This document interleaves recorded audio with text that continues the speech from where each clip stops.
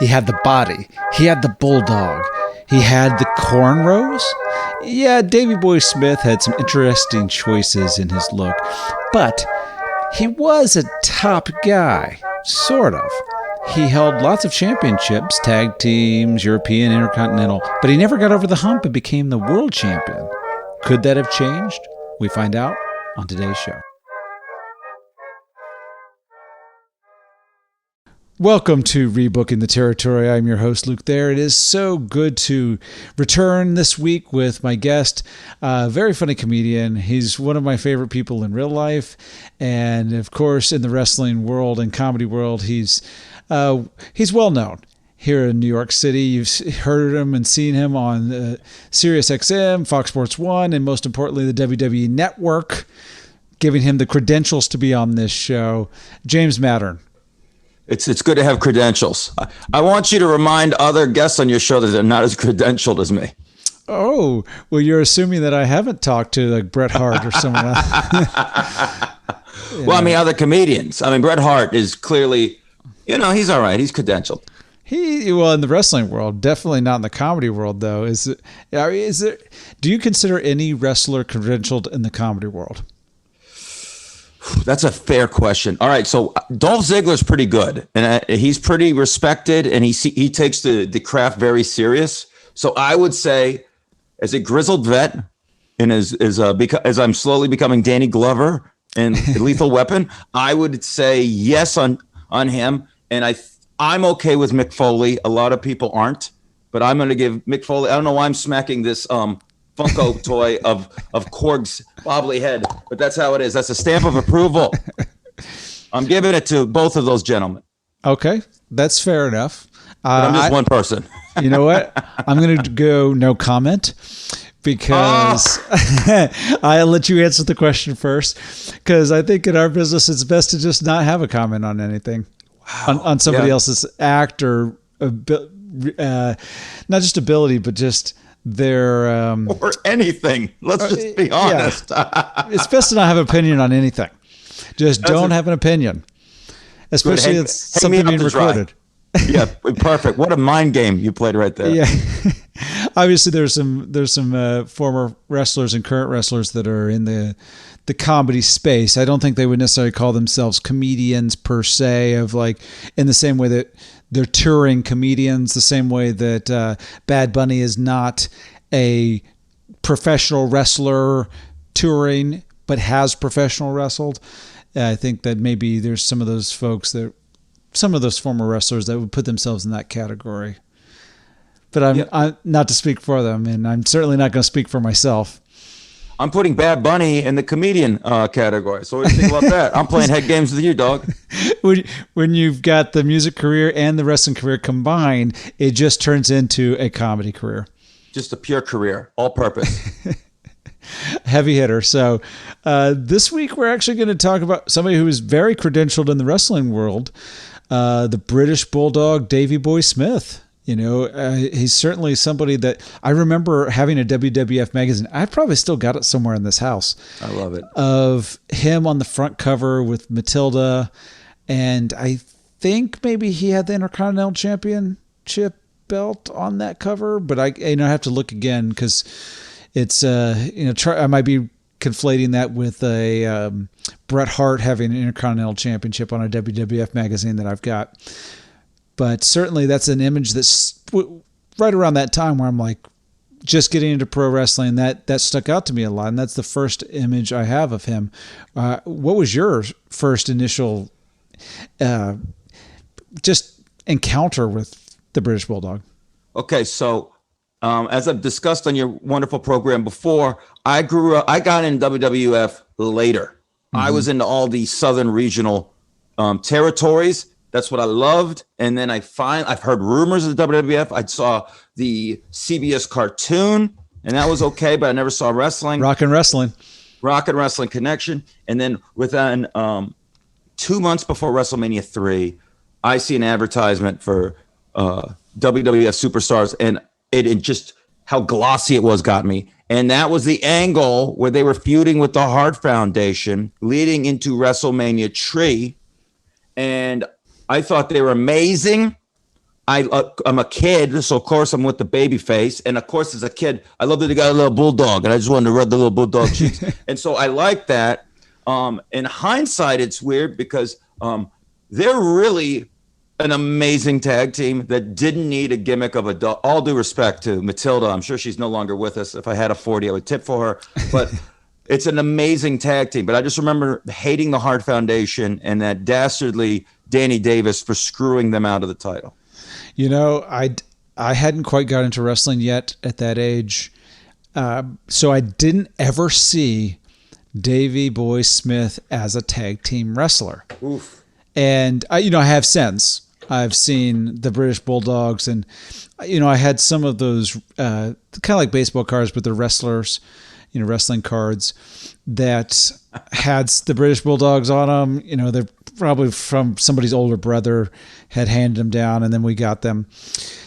So I knew of them, and even going back and seeing like some of his early stuff, Stampede Wrestling, when he first broke into the business, or even, before he had gone over from Great Britain to Calgary, he was skinny. He was a really skinny guy, and obviously later got into, well, we could just probably guess HGH, steroid use. I was going to say fruits, vegetables, and protein, but if you want to go that scandalous way so you can get clicks, go ahead, sir. That's actually the name of this episode, is just HGH, steroids, and zucchini.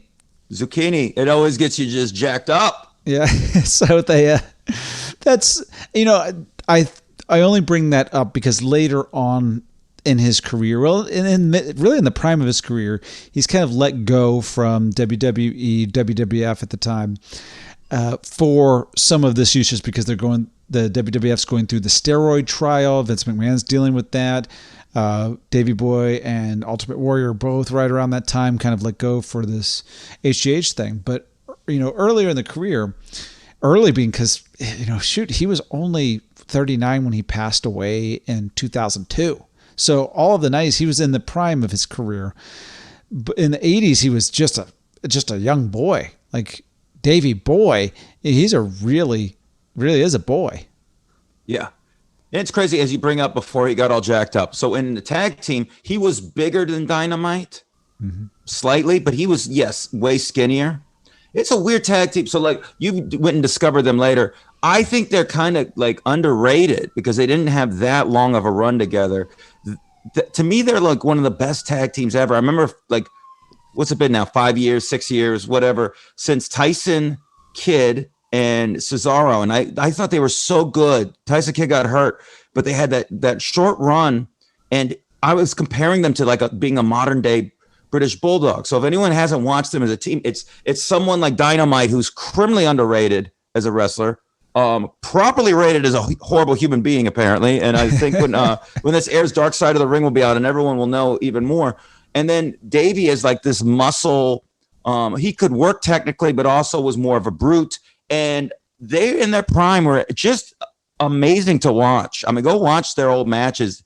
They're terrific, man. They were just a great combo together. And I wish we would have got more of a run out of those two as a team, to be quite honest. Yeah, it's very interesting to see that because obviously the behind the scenes thing, it seems like certainly the Dynamite Kid had more heat behind the scenes than Davey did. Obviously, Davey ends up having a Hall of Fame career. I kind of put that in quotes. He had some real great peaks and some valleys in his career as well, but certainly a more longevity than Dynamite did. And Dynamite, I think at some point he just got rubbed certain people the wrong way, that so much so they're like, we don't want this guy around. That and injuries because of what he was doing early on in Japan. Yo, go and watch Dynamite versus Tiger Mask, everybody, and just let your brain legendary. Just pop out of your ears. It's just unbelievable, man. Absolutely legendary. A lot of people would compare him to the Canadian Crippler. Dynamite Kid, those two are very absolutely similar in their build even. They kind of look like the muscle structure on their bodies, like they seem to be about the same height. They kind of put muscle on at the same spots, like the lats are the same shape. And it's obviously it didn't end well for either of those guys. No, and it's interesting. So what did they both? So I believe Dynamite was Benoit's hero, and what did they both do? Like the headbutt off the ropes. Yeah, I can't. As much as it's a work, brother. Yo, headbutts aren't good for you. It's just not a great way to make a living. And now I'm worried about Daniel Bryan. I want to stop this podcast, go find him in Phoenix and hug him and say, "You got to stop with that." Yeah, you definitely got to stop. You got to stop now. Well, that's something we're learning about concussions. Maybe Dynamite was never really the problem. What was the problem was his concussions, and he just kind of went down. We've just solved an issue, and this just on that alone, he should be in the Hall of Fame for all he put himself through to entertain the fans. Yeah, and that's interesting. I mean, I don't know how much you talk about the Hall of Fame. That should be like a side series, rebooking the Hall of Fame. It's crazy if you're going to consider your Hall of Fame like a legit thing and you don't have them as a tag team. And it's just insane. And they were so over. Watch WrestleMania 2 with Ozzy Osbourne drugged out of his skull ringside with them. When they beat the Dream Team, the Rosemont Horizon goes as our dearly departed dear friend Pat Patterson would say, one banana. Banana. It was unbelievable. That's the pinnacle of bananas. Is the banana, the top one banana. big banana, and that's it. And they would the place went crazy, and Ozzy clearly didn't know the finish, which was wonderful. Yeah, because he was just jumping. Oh, come on! I love it. That's the thing. That kind of falls in the line of my thinking about the British Bulldog in general. Is a lot of peaks, a lot of valleys. There are these moments in time where he is so over. Whether it's with the British Bulldogs, whether it's him himself, Wembley Stadium, obviously, that Intercontinental Championship match is heralded as classic all time, and one of the biggest crowds and biggest pops and all of this emotional moment, great match, and yet even looking at that, a couple months later he's just gone. He's out of the company. It's within the same year. It looks like he's on his way to main eventing and being a championship contender, and he's just gone. So this is an interesting thing. When you sent me that we were covering Bulldog, I found it very interesting because this is something we have to discuss in our fantasy booking. We almost have to fantasy book a man's lifestyle. That's more interesting than anyone else because I think substance ended up being a huge factor in his booking and just being his erratic behavior. And we're not going to, obviously make light of this. It's a horrible thing that hits people, but that clearly has snake bit him quite a lot in his career, whether it is the BH. Boy, did I just say it wrong? Did I just turn into the HBK? What is it? Yeah, you just say HBH, which is like, what would the B be if H is human and hormone? The other H is hormone. What's the B now? Because the G is growth, but with the B, it's banana. The human banana hormone. Yo, I have a degree in journalism. I should be so much better at this. But like that and this whatever other substances, it seemed like pills, which was just rampant in that area. Mm-hmm. And so that isn't a thing that we have to address because I feel like that is the reason there were so many stops and starts to this career. It's Absolutely. Not just people going, we're done with him. It's just he was tough to deal with because of the substance. And absolutely. And that is going to be, I generally don't like to take into consideration or try to rebook substance abuse or injuries because those are difficult to do because you're thinking like, okay, you don't get hurt here, but you might get hurt somewhere else. But with him, I'm going to kind of make the exception because I envision a different career for him, that those lifestyle choices, I think we can kind of work around them. It's kind of like Ric Flair going into the territory against some bum and working around the deficiencies and still getting a great match. And getting a Broadway out of him, yeah. Yeah. So, that's the thing, because he is one of those guys where I think he really hit with younger fans. I would have been in elementary school when I was first seeing him, when he's in that Intercontinental Championship picture, that Wembley Stadium match. I'm still in elementary school. And I thought he was cool. He wasn't my favorite, but he was cool. And he seemed larger than life because of how ripped he was. He was big. He was big and jacked up, and he fit that WWF profile of a wrestler, except for the fact that he wasn't 6'5" or something like that. Huge, and also, as silly as it sounds, him being draped in that huge flag made him bigger than life, like a superhero. It's just, he wasn't wearing a shirt. It was just the whole flag covering his whole body. I don't know, was that like a jacket, like a robe? But it was so huge, everything about him. And having braids. The cornrows with the braids and the don't sleep the on beads. How that, because no one looked like him when he's doing that. It's like, wait, this is crazy. This isn't how I remember him. He is this. I won't say a monster, but he's this hero coming out from that. It was very unique, even though that character should be generic. The British Bulldog. Okay, alliteration. I get you. All right, good for you. He could have been the Wigan Worm, whatever. And it's right. He's been billed from like 8 different places, right? Wigan, Manchester. He's, as far as the only thing I care is that he's from British. Yeah, so. Yeah. Sometimes I think they just did that from Britain. Really, the whole United Kingdom. He's from everywhere. Yes. He don't got no Glasgow accent, bro. And just for the listening audience, I said British for comedic effect. I didn't say that incorrectly. I said it incorrectly on purpose. So those listeners going, actually it's Britain, it's not British. I know. That's what's funny about it. Thank you. So yeah, I'm gonna be the heel. I didn't know it. Come at me, bro. You didn't know.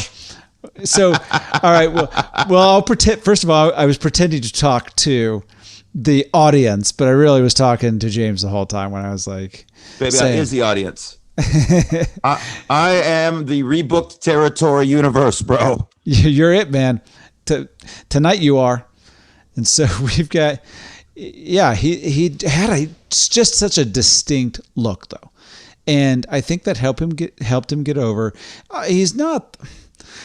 People say like, "Oh, he's not the best at anything other than he's a great technical wrestler, but maybe didn't have the charisma." I don't know if I buy that, because like he had a charisma that might not have been a Hulk Hogan type of charisma that he's going to go over verbally, but he could do an okay promo. And also the accent actually adds to whatever he's saying, has a different gravitas to it because he's British, Yeah, that was an accoutrement. Also, his best promo was in WCW.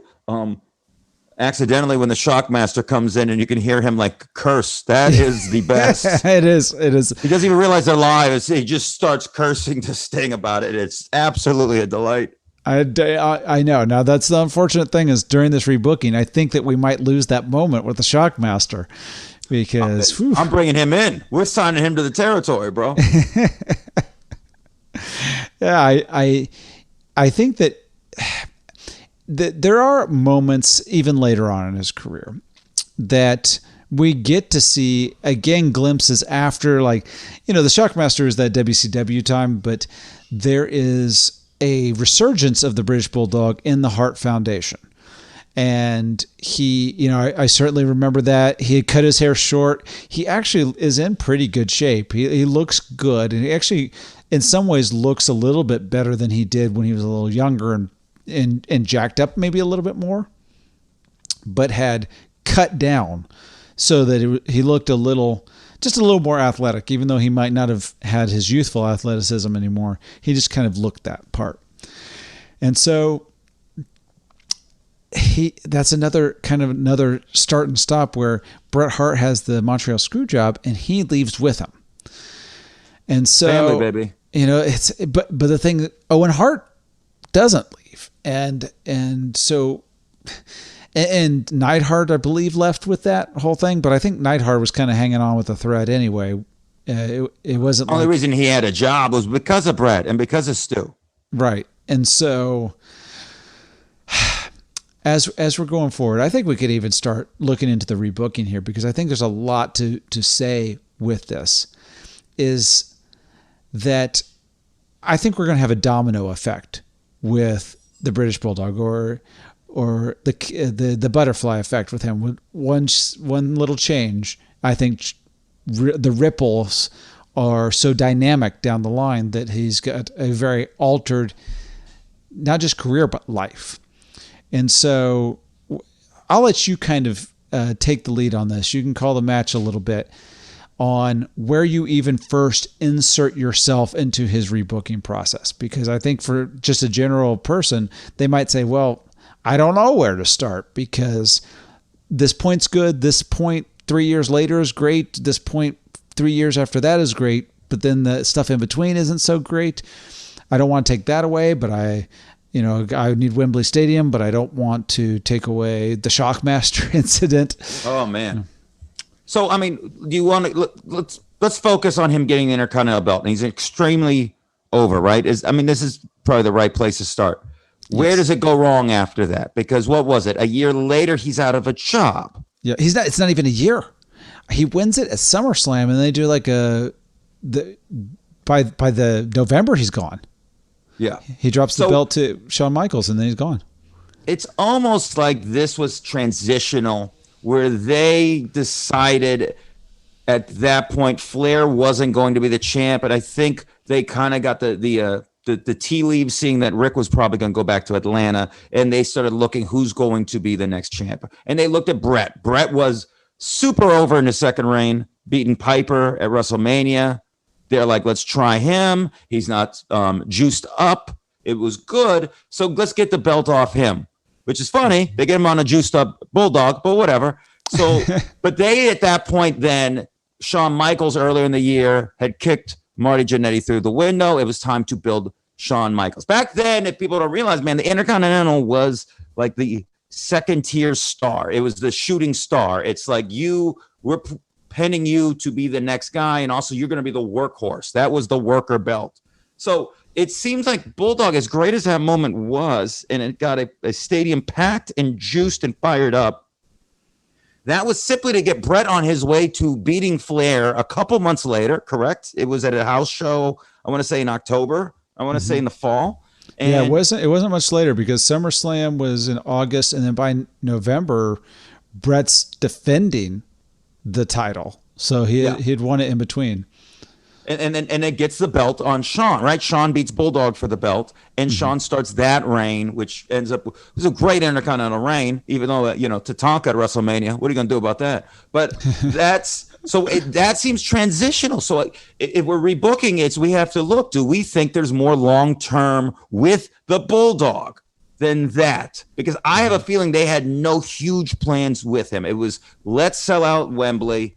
Let's do this, see how that goes, and get two other champions crowned within the next few months. He's kind of just a bridge, all due respect. He's a bridge in a way that I'm not sure that he needed to be. Like, I think I get him being a bridge. I get them even just being like, well, this is a great moment at Wembley Stadium. And I've actually even heard and read that the Wembley Stadium, they had moved it from DC to Wembley Stadium. Like, that event, SummerSlam had moved locations. And so if it had been in DC, it was going to be Bret Hart versus Shawn Michaels. But since they moved it to Wembley, they went Bret Hart versus British Bulldog to get that British audience and obviously get such a great reaction. So that happens. We've got that. And this is where we're going to have to work around some of the HGH issues. If he's leaving for that, we're going to have somebody be the ones to get his and Warriors HGH to him from Great Britain instead of them doing it themselves. Different runner, be a little more covert with this operation than just doing it right in front of everybody, which probably for the previous years had not been a problem. to just do it out in front of everybody. But, this is a different changing time. And so I almost want to back up just a little bit on my rebook. Let's do it, baby. I wonder if he had not been paired up with the Dynamite Kid, if some of his lifestyle habits would have been different leading up to this point. Okay, man, we're really... I'm just throwing that out there. This is an HBO Max reality show we're about to do right here.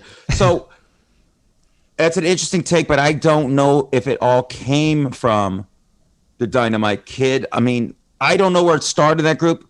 His other brother-in-law, the Anvil, was no angel either. He might have picked up habits from the Anvil. I've heard some unfortunate stories of behavior between those two on the road in the late 80s with substance and that. So I don't know if that fixes him. Now, would he be a nicer person? Would he have not as roughed up people in the ring without Dynamite Kid? Possibly. Those are bad habits that he probably picked up from that. I don't know if necessarily the substance comes from him. I just think that it's unfortunate, the 80s and what was going around. I mean, they were overworked. If one of the blessings now is that with COVID, they were off the road and they're going to go back again. But the fact that people forget this, it wasn't just 7 days a week when I was a kid. They were 9 shows a week. You would do a matinee Saturday and a matinee Sunday. Yes. Sometimes 3 on a Sunday. They used to have A, B, and C rooms, like cities. It was constant mayhem. And what are you going to do in that? Bad habits, unfortunately. Okay, so now we have to back up even further. He never goes to Stampede Wrestling and never gets hooked up with the Harts. He doesn't become a member of the Hart family.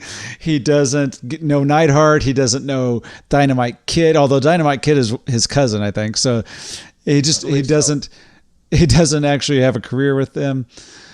We'll back up even further. He's not born into that family. So are we doing that's hilarious. All right, I'm just double checking. Was he at World of Sport? Is that where he started? Where did he start? Okay. Yeah. And his cousin is Tom Billington. So he started in the dying days of the old British wrestling. Yes. Yeah. Yes, with a 900-pound and 902-year-old Big Daddy who was their Hogan. And when you see that, it blows your mind. Yeah. Because he could do no moves. It was ridiculous. And they actually had amazing workers in British wrestling in that style. So yes. He starts there. So are we booking him clean from World of Sport? We are saying that Briscoe or Patterson went there to play poker with Big Daddy, and while they're there, it's oh, look at this hoss, and we're going to bring him straight to New York. We're going back to the womb. We're going to straight from the womb. The embryo is implanted in a different uterus. That's how far back. So here's how I'm rebooking that territory. Papa Smith is out of the picture. Bruno Sammartino, on the request of Vince McMahon Sr., goes and raises the kid like it's his own. There. But I don't think David Sammartino turned out great either. So I'm done. I have to take the pencil out of my hand over booking Davey Boy's life. It's a tough one.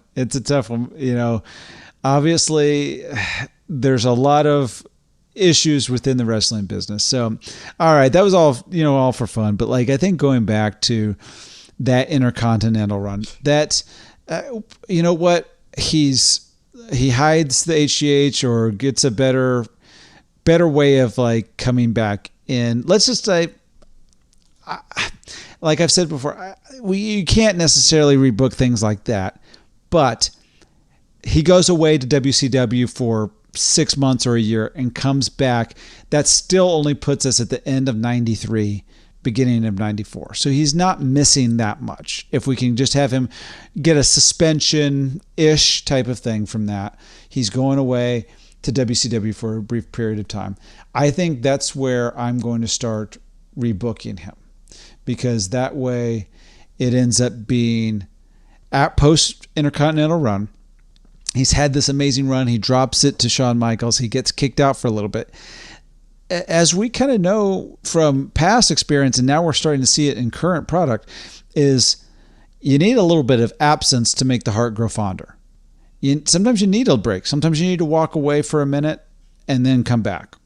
Now, him coming back, I think that I could get him back in a year. What do you think? Sure. Because he is back in like 94, 94, 95. Yes. He's coming back anyway. So it's that kind of return. You want to bring him back. So let's see. He leaves, by the fall? So Rumble would be too early. Do you want to bring him back after WrestleMania? I think. Or do you want to have him do a run-in at WrestleMania in Vegas? That's not necessarily a terrible idea. The only thing that ends up being a problem with the run-ins is we've got Hulk Hogan doing a run-in at that WrestleMania and beating Yokozuna, which the Shiner. Maybe we'll add this extra one. The extra run-in is after Hulk Hogan wins, the British Bulldog does a run-in and beats Hogan for the title again. So now we have Bret Hart, Yokozuna, Hulk Hogan, and British Bulldog all the champion in like a 10-minute span. And Bulldog has 2 black guys, 2 shiners. 2 black guys. So that seems fair. That they never fully explain. Nobody explains anything.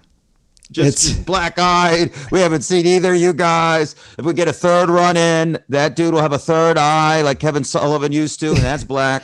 Then you'll have the whole story. If Hulk Hogan got his black eye from a jet ski, not Macho Man, a jet ski, then right. British Bulldog got his 2 from a banana boat to bring back the banana. One banana. You're a callback machine, young man. You're doing it right. So I think that, this is the thing. I can see we've got WrestleMania 9. Then after that, we've got King of the Ring, when King of the Ring still actually meant something, right? It's the beginnings of that. And I'm pretty sure that Bret Hart won that one. Yes. That King of the Ring. And so, gosh, if you could have British Bulldog coming out at the end of that, although, is that where Jerry the King Lawler came out? I think it might have. It's so interesting that they felt they had to super push Bret to get him over after that run. It's pretty crazy. It's interesting that Bulldog was a babyface till probably the Attitude Era. Yes. Right? And so why I like you saying having him come out and face a babyface, Bret. I think Bulldog was pretty good as a heel. I think why not start that earlier, man? Because he did some good work. People forget how good that Hart Foundation was before the screw job, and how over they were. As interesting as babyfaces in one part of North America and heels in the other is very fascinating. But the heat that they got in the United States is wild. And Bulldog was terrific in that role. He didn't say much and do much. He was just a big hoss who looked like he would definitely flirt with your girlfriend. And that's a good heel in my book. Yes, absolutely. I like that. So they're not going to do anything with Bret at that King of the Ring, right? Because obviously you want Bret Hart to win, and you want him to start off this program with Jerry the King Lawler, which is probably, I don't want to say that the highlight of the King's career, but it's a highlight in that career. So if he's coming back, I think probably the best place is if he doesn't come back in the King of the Ring, which he might be able to come back in that King of the Ring, but just not versus Bret. Maybe have a run in with someone else, cost somebody else that spot where, because there's some good ones. There's some Lex Luger is in this. Our old friend Lex Luger. Yeah, and he's a body guy, but he could cost Lex Luger a victory against Tatanka or something along those lines. I mean, Bam Bam. Luger was a heel though, right? He was a narcissist still at that point. Was he still the narcissist at this point? Because they tweaked him yet? Because if he's America, then let's go. Let's get in a fight. Let's do some Betsy Ross 1776. Let's go. The British are coming. Because this is King of the Ring 1993. And I got to look up exactly what date that Lex Luger turned into the All-American, because it was 93. And so what date was it? The 4th of July? Oh, you know what At it the was? Intrepid. Was it the Intrepid? Yeah. Yeah, it was that whole thing. It was on July 4th. And so King of the Ring was, what was the exact date? No, it was before that. So It was before that. It was June, a month. We lost it by a month. but what if he gets in an altercation with the Bulldog and we do a double turn and Luger goes, "Hey man, I realize I've been doing this wrong, caring about myself more than anything. I care about my country and I am an American." And that's when he does the poor man's Hogan, and that turns Bulldog heel, because he's like, "No, we should have kept your country. We should have won that, blah, blah, blah." And then we can do our double switch there a month later. You know what? This is The silliest thing never came out of my mouth. but I like it. This is the picture I'm now getting. The Intrepid. There's 2 guys left that could possibly do this. We think there's only one guy left, which is Davey Boy Smith. He comes in. Maybe they both get helicoptered in on the same helicopter. It's Lex Luger. It's Davey Boy Smith. Davey Boy Smith puts his hand on Luger's chest and says, "No, I got this. This is for Britannia." And he goes to do it. His back can't handle it. Yokozuna flops on him. Oh, British Bulldog couldn't do it. Lex Luger comes over and does the actual slam on Yokozuna. Oh, the All-American. He's talking about America. British Bulldog's got that look in his eye. Like, you just embarrassed me. I kind of embarrassed my country. You upstaged me. This was supposed to be my moment. And this is my big return, too. I'm coming back. You guys haven't seen me since I lost the Intercontinental Championship. I was here to prove a point. Maybe even has leading up to that. Maybe one of those vignettes, or not a vignette, but more of an interview of just saying, I'm back. I'm here. I'm going to slam him. This is for all of my people. But he doesn't do it. That turns him heel, like you were saying. You get that double turn where Lex is now a babyface and British Bulldog is a heel, and that, I think that gives Luger a couple things there, even by this. And if you're helping Luger get that push, then you're also in that orbit. And so Davey Boy Smith is now got a program off the bat with him that you don't have to go Yokozuna Lex Luger. You can go Davey Boy Smith versus Lex Luger. The two, it's kind of like the Revolutionary War all over again. The War of 1812. We have a history of wars with Britain and wanting independence from this, and here they are going head to head again. Absolutely wonderful. Way to make chicken salad out of chicken bleep that I was just pulling out of my keister. It's a really brilliant way to do it, because now we can save Luger, because then they rush Luger to SummerSlam and don't give him the strap, which almost stops him right from the beginning, which we've discussed on a previous episode. And now we have to find a dancing partner for Yokozuna at SummerSlam, but you have those two go at it, and you stretch that out, I would think, for a couple pay-per-views, where maybe you end it at Survivor Series with maybe a flag match or something like that. Let's have a good blowout match for them. Couple pay-per-views down the line. Let's just get Luger a good W in SummerSlam. Let's get him hot with that. Let's have Bulldog keep going at him, and the hero, this American hero, keeps fighting back, and they have a nice blowout. Like I said, I think they ended up doing a traditional Survivor Series with those guys, or at least with Luger that year. But maybe we just have a flag match, some kind of a blowout match, or a cage match, something to really get Luger over going into the Rumble. I think that's great, because that, just backing up one step that you just said, talking about getting Luger that victory, because that SummerSlam, you've got Lex Luger defeating the champion, the WWF champion, Yokozuna, by countout. Well, we all know that's a terrible, terrible finish. It's the longest match on the card, but if you look down that card, man, you start reshuffling a little bit. You throw British Bulldog in there, and There's some really interesting matches on there already. You've got Shawn Michaels versus Mr. Perfect. You've got Razor Ramon versus Ted DiBiase. You've got the Steiner Brothers versus the Heavenly Bodies. Owen Hart, though, is defeating Barry Horowitz on a pay-per-view, right? So you don't need that. You know, like you're inserting somebody. Who else do you? Well, you move Owen Hart around a little bit, maybe, and because you got IRS 1-2-3 Kid, you've got Ludwig Borga versus Marty Jannetty, which is, you know, who cares? Undertaker versus Giant Gonzalez, which is obviously terrible, but it's Giant Gonzalez's fault there.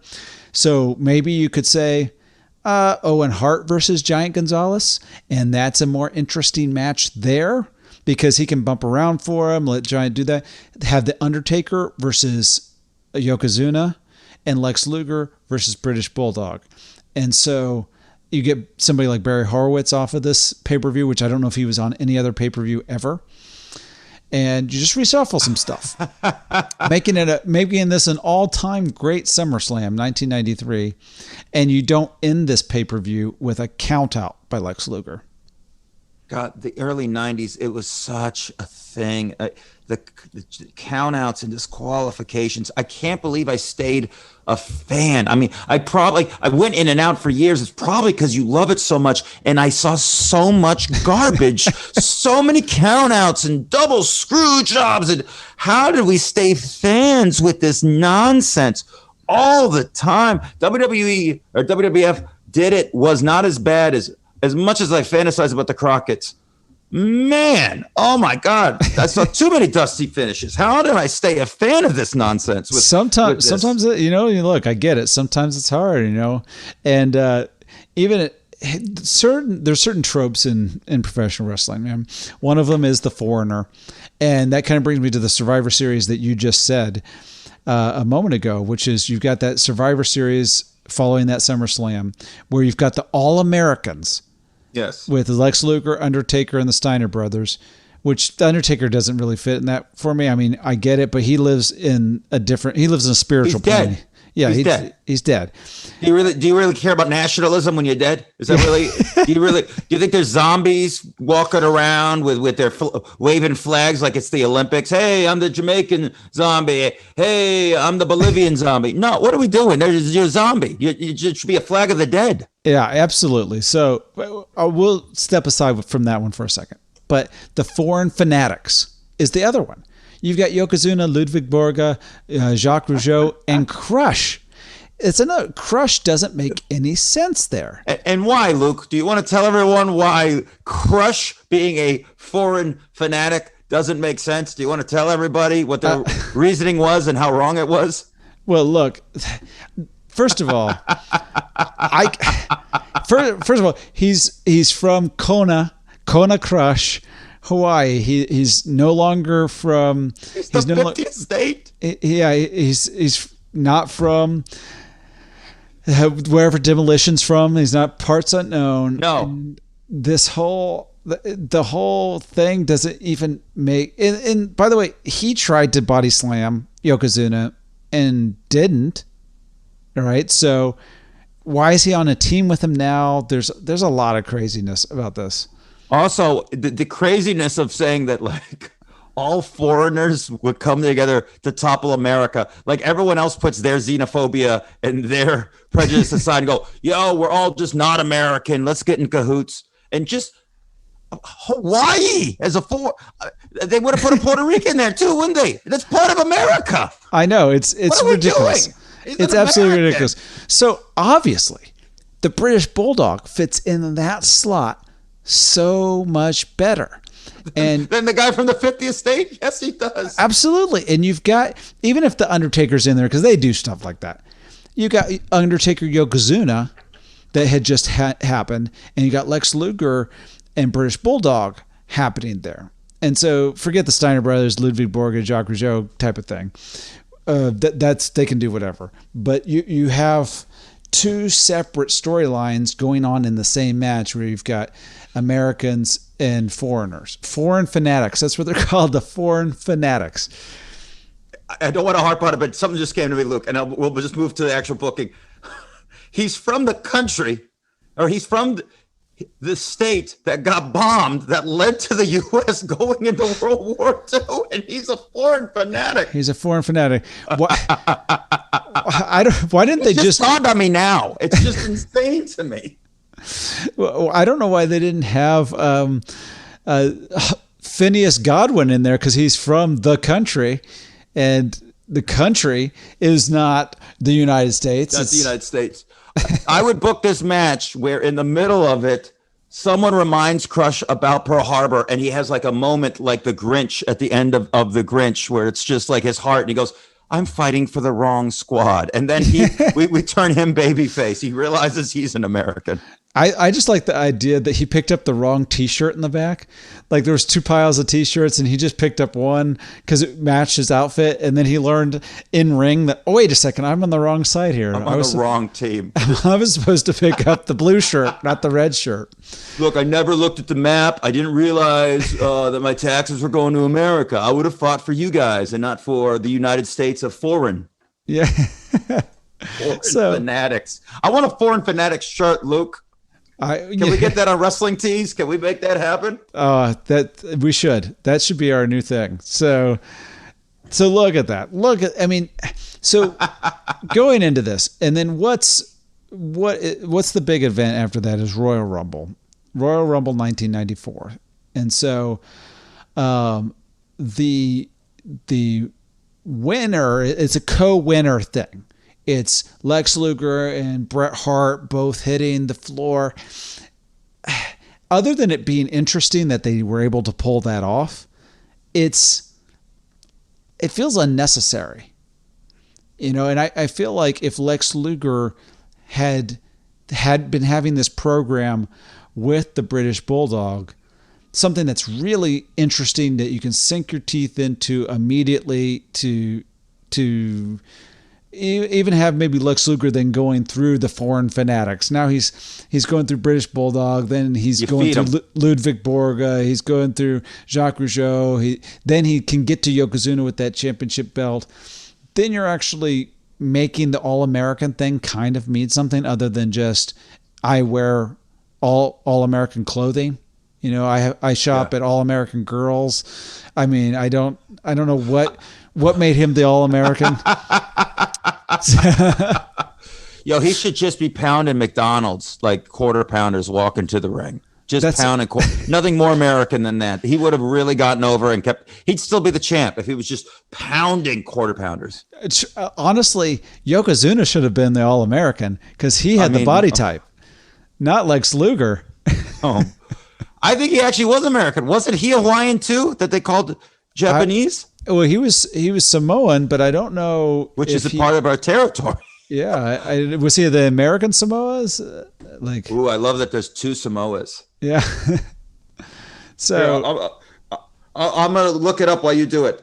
Well, first of all, I just looked it up. He was born in San Francisco, Yokozuna. Yeah, well, that's right. A lot of them, they're from that family is from the Bay. Yeah, Rock is born in the Bay. I think Rikishi is from the Bay. Afonseca, I want to say, are from the Bay. Yeah. Yeah. So 6 out of the 8 in that match are from America. The Onawai family, a dead man, is the Samoa area of the San Francisco Bay Area. Yeah. Unbelievable. So Yokozuna should be the All-American. This is natural. He's American. Yeah. So this is where wrestling gets it all wrong. But so now we're going through now WrestleMania 10 is where I think we can have a British Bulldog push.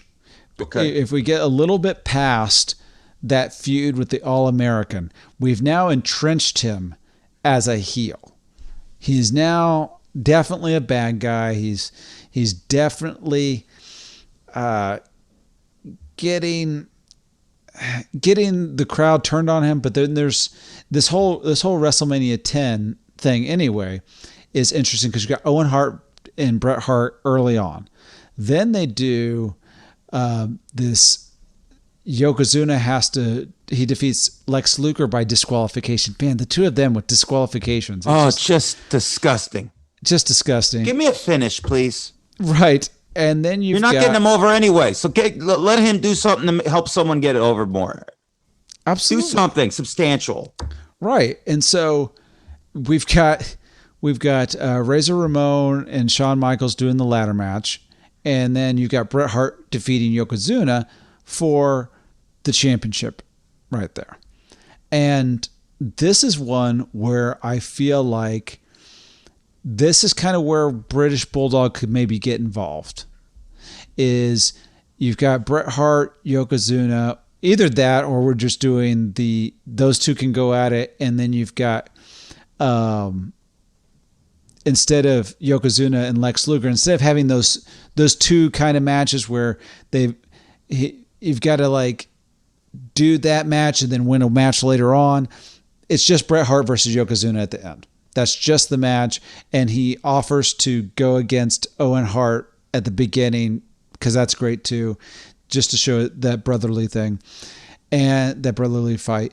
Then you've got, instead of Yokozuna and Lex Luger, we're just taking that whole match out and we're putting British Bulldog, Lex Luger. This is the blow off of everything that's been going on with them at WrestleMania 10. They've had that's our blow off. That's good. That's kind of be the end of it. And you know what we're going to do? We're going to put them in a cage because there's no cage match on this. Give me a cage match. Give me a cage. Give me a cage match, brother. At the Garden? Yes. Cage it up, dog. Old-fashioned cage match. This is Lex Luger. Every time he thinks he's moved on and is taking on a Ludwig Borga, he gets pulled back in by Davey Boy Smith. It just won't go away. So he now has to definitively show him what's up there. And so yeah. Well, since we're rebooking it though, and we're rebooking a cage match, can we rebook the WWF's cage match? Can we have a pin instead of someone climbing out of a cage, being the coward? You're putting over the baby face by being a coward. I am running away from you, sir. Yeah, that's not very baby face. Can we just have a pin again? How about this? I don't think this rule has ever been done. Is instead of you win by leaving the cage, you leave by staying in the cage. So it's kind of like a submission thing. If you leave the cage, you're basically saying, I've had enough. I can't take anymore. It's like it's giving up. I like that. You got my head moving a second ago. I just want to address this. It's so crazy. The fear in wrestling over the years, especially in that era of actually losing and people then losing their heat and their status to the fans. It's so insane now. We can look at hindsight where people still go and watch boxers who get knocked out. People still go and watch UFC. Like McGregor got knocked out in the second round. Guess what? Everyone's going to go watch his next fight. Losing by a knockout or a pin or a submission shouldn't have been so scary. It almost did the reverse of what they wanted. It made the whole sport, the whole business look bad because they weren't giving people actual finishes. So absolutely. I kind of don't mind because I believe the idea behind the East Coast, the New York cage match was to say when Bruno climbed the cage that whoever he beat never got pinned, and they could say that I never got pinned or submitted, and then they can stay hot. But there's nothing wrong with losing to the best. I agree. Like, you don't lose your heat to that. To me, that's what a real war or a conflict is. So there needs to be an actual decision where there has to be a submission. Someone has to go, I'm done, or can't go on. That's what it should be. So I like that. When I had a fantasy wrestling company that I would book when I was a kid called the NWL, the National Wrestling League, my cage matches were you had to get your opponent out of the cage. I did the opposite, where it was you had to throw them through the cage or get on top and push them off the cage. And that's how you had to stay in the cage. You were the king of that castle. That's the rule I just said. So you created that rule 20 years ago. But I think you made it sound like more like someone just leaves on it. I made it more vicious where I have to pick you. I'm throwing guys off cages. I'm 9 years old booking this like a lunatic. I mean, I should have probably had therapy then. My whole thinking was that staying in the cage is the point. And so, yes, you might have somebody crawling their way out. That's kind of what I pictured was a bloody mess of a, remember Ric Flair in some of those cage matches where his hair was just completely crimson. and just, or Steve Austin when he's in that sharpshooter and blood just pouring down. That's the face I'm thinking of, just crawling their way out. Like I just can't get out, and being drugged back in, and then having to like just do something to run out as fast as possible. Or at some point, the winner, maybe it's Lex Luger, just as it beaten the British Bulldog to a pulp and then flings him out of the cage. Head first through the cage. Yeah. I think that's great. I love this idea. My favorite gimmick match of all is War Games. And War Games ends, usually the babyface wins, and it's usually a heel saying, I quit. Mm-hmm. It's a quit. The cage is a war. It's a conflict. Someone needs to outright lose, and I love that, man. Mm-hmm. There we go, baby. And then we're getting Lex over. You get Lex Lex is now in that championship picture just because of what Bulldog's doing for him, which I think elevates both of them. That they have some back and forth. They each get some wins, and this is why we have this cage match. And then Luger finally, and it kind of shows a different level that Luger was willing to go to protect America against the foreign fanatic. He's not even the British Bulldog anymore. He's the foreign fanatic. You know how he took the British Bulldog name from a tag team? Well, now he's taking the foreign fanatic from a Survivor Series. Just drop the S off, and now it's my new nickname. I love it. And so now I think they can move on. And the next thing that comes up is you've got the King of the Ring, in which Owen Hart wins that. It's wonderful. And it's wonderful. You can't take that away from Owen Hart, the King of Hearts. It's just that all that works so well. But obviously, I think that you could have Bulldog in this, and then maybe starting to get another feud going shortly after this. And where are we going to lead it to? That's the big question, because we just had a beautiful WrestleMania 10 where they had this iconic cage match that we're still talking about in 2021. That we're gonna do King of the Ring. Owen Hart needs to win that, but you've also got SummerSlam coming up, in which I personally find this to be iconic in my memory, but it's kind of corny in some ways. So it's the main event is The Undertaker versus The Undertaker. Primetime Brian Lee. Yeah. Not my favorite type of thing. Which, by the way, that's what closes out the show. The match prior to that is Bret Hart defeating Owen Hart in a steel cage match. And how does he win? By escaping the cage. It just makes me want to break things, bro. Like I'm in Limp Bizkit, for crying out loud. Yeah. But if you look at some of the other matches on this, obviously Bret Hart, they're going to have that. Undertaker versus Undertaker, they're probably going to do that anyway, even though it's horrendous. But at least it gave us Leslie Nielsen. It just gave us a little extras. Leslie Nielsen. Is Frank was it Drummond? Yeah, which I'll take that anytime. But look at this lineup. You got Adam Bomb defeating Quang. You've got Bam Bam and IRS defeating the Head Shrinkers. You've got Alundra Brilles versus Bull Nakano, which obviously British Bulldog is not taking on Bull. He'll that would kill him. Put her over, but wouldn't he'd be done. She's pretty. I don't remember that match, but I bet it was good. Those two are both wonderful performers. Yeah, I liked Bull a lot, and so then you've got Razor Ramon defeating Diesel for the Intercontinental Championship, and Tatanka versus Lex Luger, and Jeff Jarrett versus Mabel. And I don't know if I've said this on the podcast before, but Mabel was one of my least favorite wrestlers ever. Like I did not like everything going on with him, from the parachute suit that he was wearing to the mohawk. Just his body type was so weird as a kid, just thinking he's not big. He's not, he was big, but he wasn't like muscular.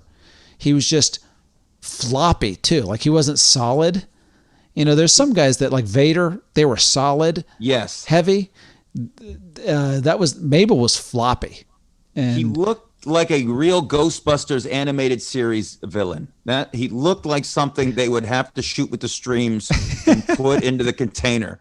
I enjoy him as Viscera, though. I really think they did I kind of didn't mind him years later with the Ministry of Darkness.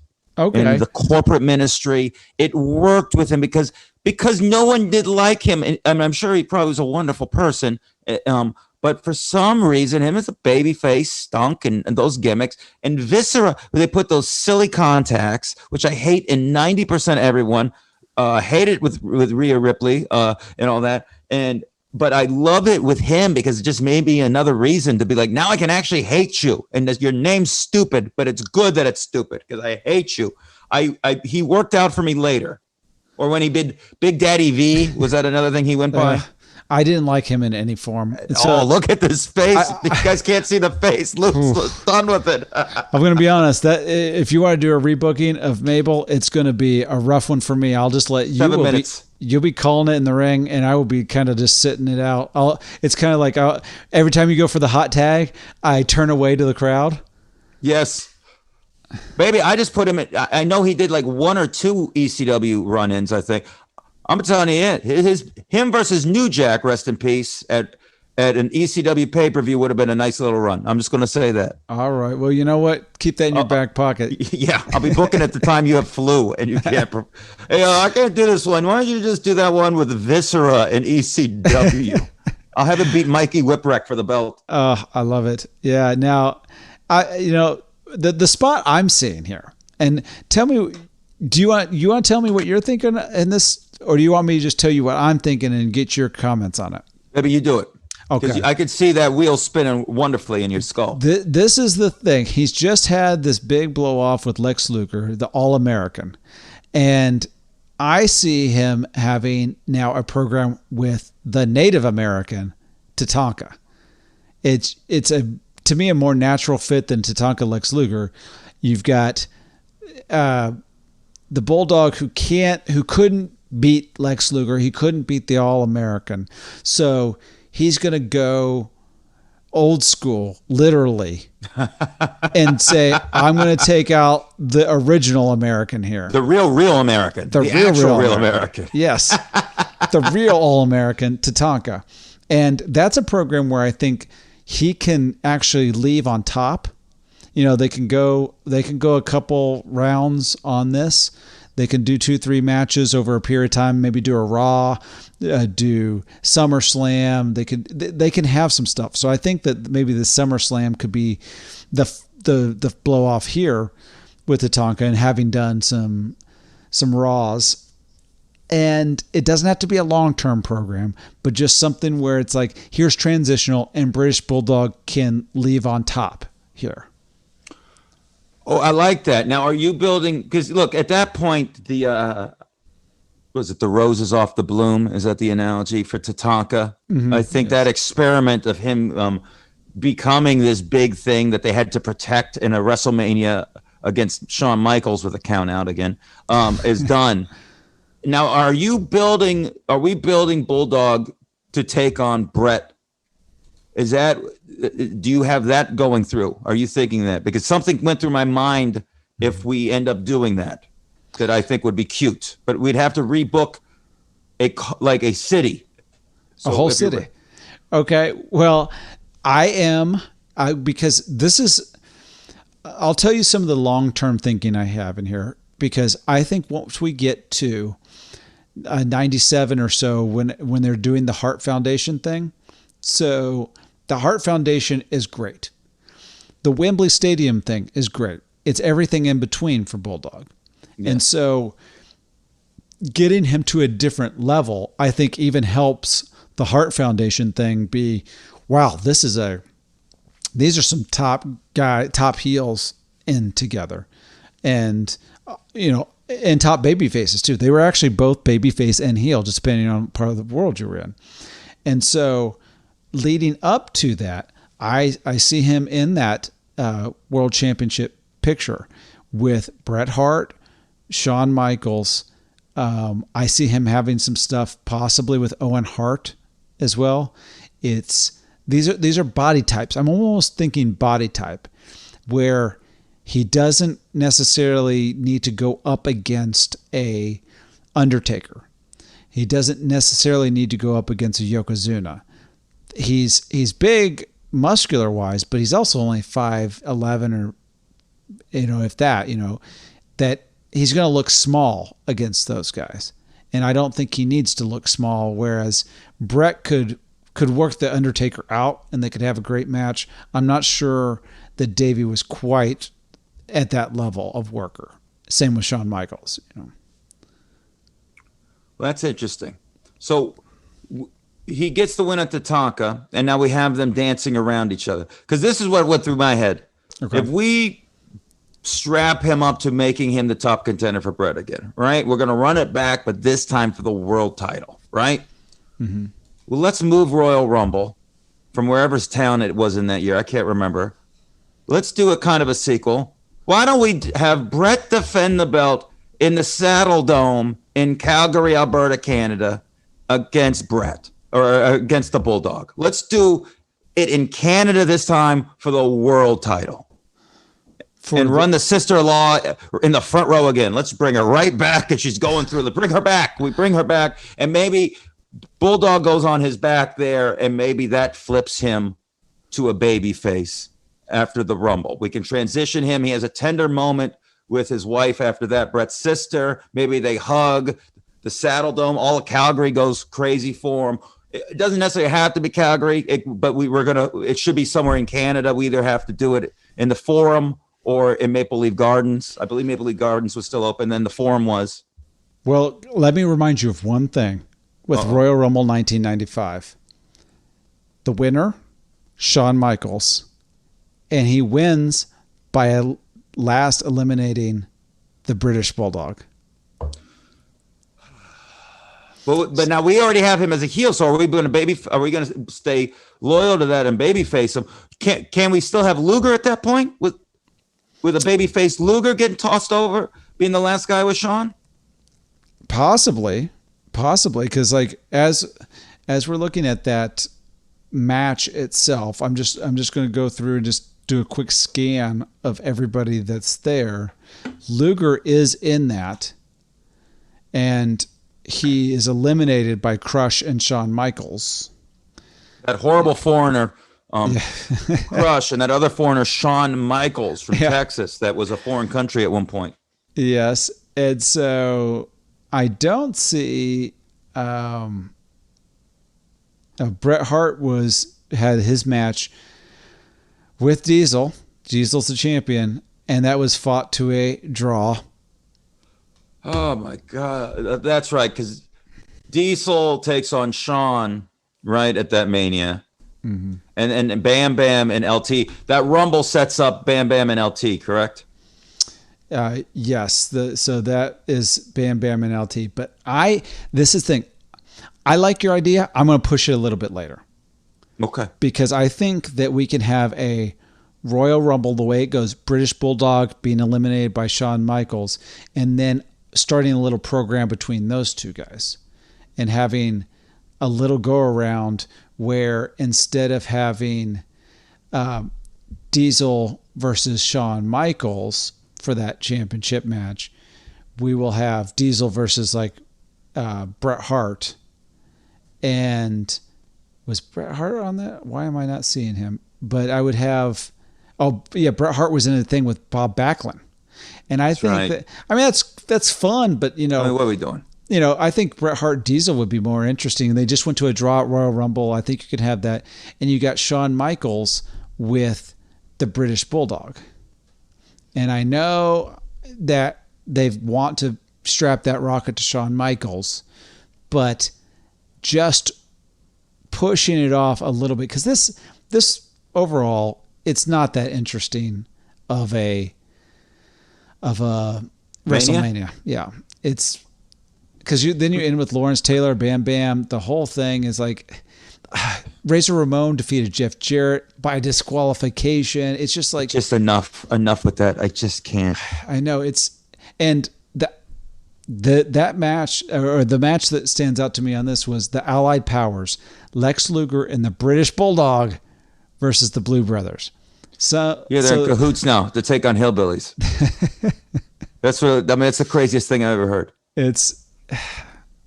And I just think that it would be much more interesting to see Shawn Michaels, British Bulldog, there with continuing his heel run. He's messed up Tatanka. They had that whole thing at the Royal Rumble, and then pushing back Shawn Michaels winning, being there just by a little bit. If they just have a little bit of a program, because even that Diesel Shawn Michaels match, it wasn't like the greatest.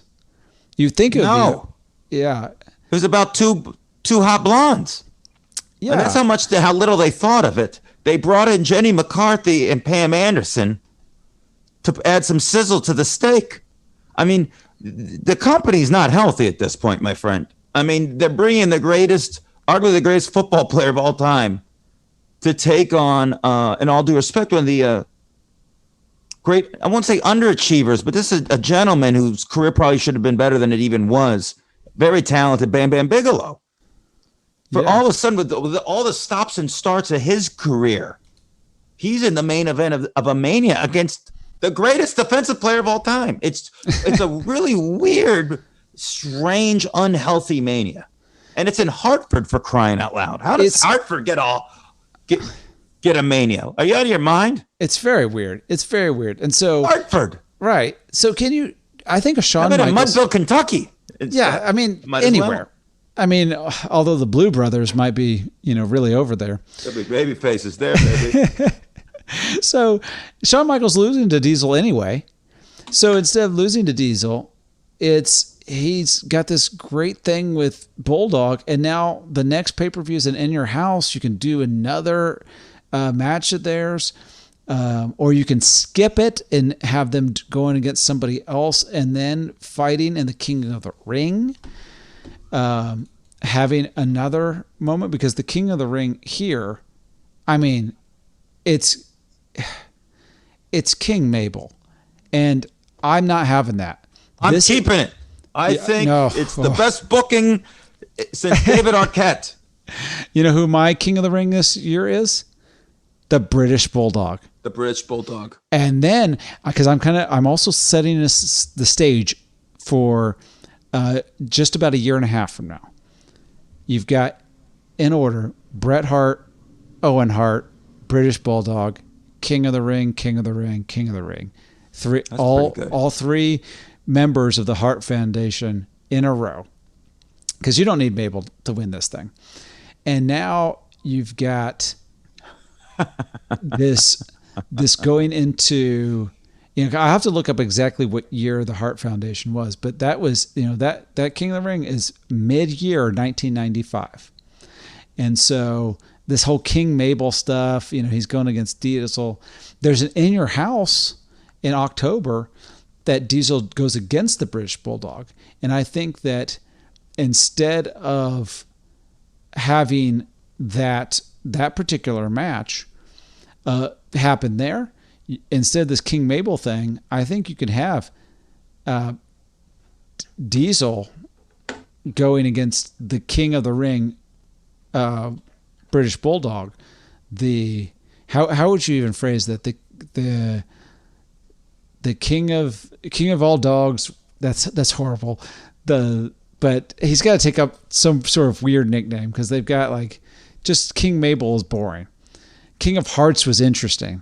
The King of Britain, buddy. Boy, that's frustrating. The true king, the true king, the royal British Bulldog. So but we got to heal him back up again at that point. Because then he can say, who is a king? King of England, who was the heel of America.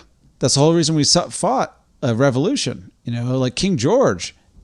And so he's got that kind of built in again. So it kind of fans the flames there again of him being this British guy. And so that In Your House, when they have in Winnipeg, Canada, which is also was a British colony, to have. She's still on the money. Yeah, to have Bulldog beat Diesel for the championship because at that In Your House, because Diesel loses it, I think, a month later at Survivor Series to Bret Hart anyway.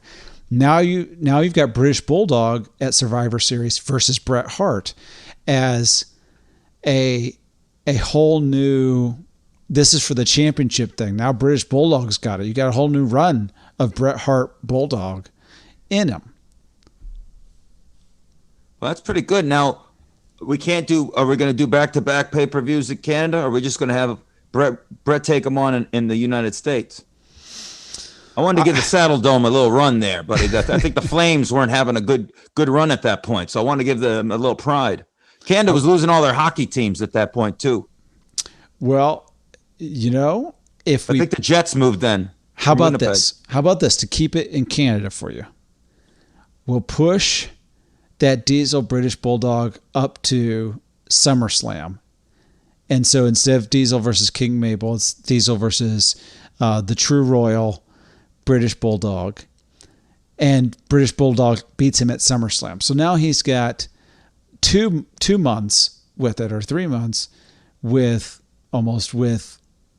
the championship. And then in Winnipeg, Canada, British Bulldog versus Bret Hart in Canada. With a young Kenny Omega somewhere in the seats. Don Callis is probably working a dark match. There it is. So there we go. Now it's a tough city, bro. That's a tough town. There we go. It's a tough one. Bret's in Canada, and you think he's going to go over, right? You think he's going to win this, but maybe he doesn't. Maybe he loses in Canada and then has to go to the United States to win at Survivor Series. And have him wrestle back at Survivor Series against the Bulldog. Now, are we giving him any henchmen as the true king? Oh, that's a good thing. Maybe he has Dukes and Earls. I think some Dukes and Earls would be really phenomenal. It'd be really great. Gosh, was there any? Can we steal one of them British ladies? Can we steal Steve Austin's wife from WCW? Was she still on camera at that point? Can we give him Lady Blossom? Oh, Lady Blossom, because the first I was thinking Deborah. I was like, Deborah's later, but you're thinking Lady Blossom. Give me some. She's the one who came up with the Stone Cold name. Yeah, wow. Honey, your tea will get stone cold. I mean, what an accident! Thank God she was British. Thank God he was married to a British woman who was drinking tea. This is a girl from California. They would have been having coffee. Completely put him over. So I'm just going to look at the roster. We're getting Lady Blossom. Lady Blossom. Let's get some Lady Blossom there. Yeah. And is Steven Regal around? I'd like to get him back out there already. Get Steven Regal. He might be William Regal at this point. Get him in there. And is there any other British wrestlers at this time? Yo, it was so bad for trying to have British wrestlers in the 90s. Do you remember they tried to turn Bobby Eaton British? Ooh. I mean, Mobile, Alabama's Bobby Eaton. Mobile, Alabama. Do you think Crush could be? Crush could be British? I mean, I was about to go there. He's as British, Bobby. No, actually, he might have British blood, but I mean, that accent ain't gonna fool nobody. It just doesn't. As the record shows, I love Bobby Eaton. It's my favorite tag team ever. He's one half of them, but man, I mean, he is about as British as my foot. It's very true. So he's going to have Lady Blossom. He's going to have William Regal. And, just to be very mid-1990s WWF, he's going to have Kama Mustafa is going to be in there. The Godfather? The Godfather. The guy who ran a gentleman's club that I used to frequent in Vegas. So, yes. Yeah. I was going to say a young Norman Smiley would be fun, too. Well, that's not the worst idea. I just know in this period of time, great. They're going to do something like that where he's the big enforcer part of it, and they'll make up something like he's South African or some British territory. He played everything he wasn't. If they ever wanted to have like a villain from Antarctica, it would have been him. Yes, he's like, oh, it's Chilly Willy. Look at him. Yes, So we're now pushing things to, because you kind of see the elements of a faction there. British Bulldog, the head of a faction here, that's pushing us now. We're now in 96, and we're going to kind of start wrapping this thing up here. Because I think that rolls through. You know, they're able to push these King of the Ring gimmicks for almost a full year.